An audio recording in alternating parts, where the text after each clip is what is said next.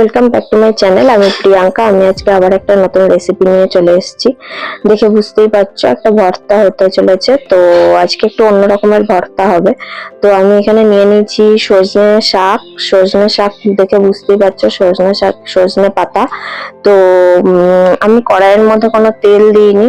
একটু রসুনের কোয়া নিয়ে নিয়েছি কয়েকটা, একটু কাঁচা লঙ্কা নিয়ে নিয়েছি, নিয়ে শুকনো খোলার মধ্যে একটু ফ্রাই করে নিচ্ছি। হালকা একটুখানি নেড়ে চেড়ে নিয়ে একটু কালো জিরে দিয়ে দেবো, অল্প একটুখানি কালো জিরেটাও আমি একটুখানি ফ্রাই করে নেবো।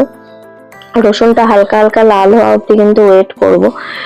কালো জিরে কিন্তু তাড়াতাড়ি, বেশি তো কড়া করবো না কালো জিরে, তাই আমি লাস্টে কালো জিরেটা দিলাম। তো রসুনটা দেখো মোটামুটি একটু ফ্রাই হয়েছে, আর একটুখানি আমি নাড়তে থাকবো, একটুখানি নেড়ে টেড়ে তারপরে আমি দিয়ে দিচ্ছি সজনে পাতাটা ভালো করে ধুয়ে নিয়েছি।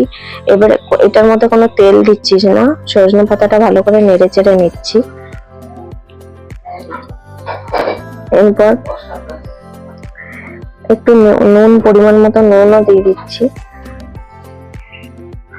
পরিমাণ মতো নুন দিয়ে আমি ভালো করে একটু নেড়ে চেড়ে নেবো। বেশি ভাজা ভাজা করবো না, অল্প একটু ভাজা ভাজা করে জলটা শুকিয়ে গেলে আমি তারপরে এটা আমি এবারে মিক্সার গ্রাইন্ডারে নিয়ে নিয়েছি সবটাই। এবারে পেস্ট করে নেবো।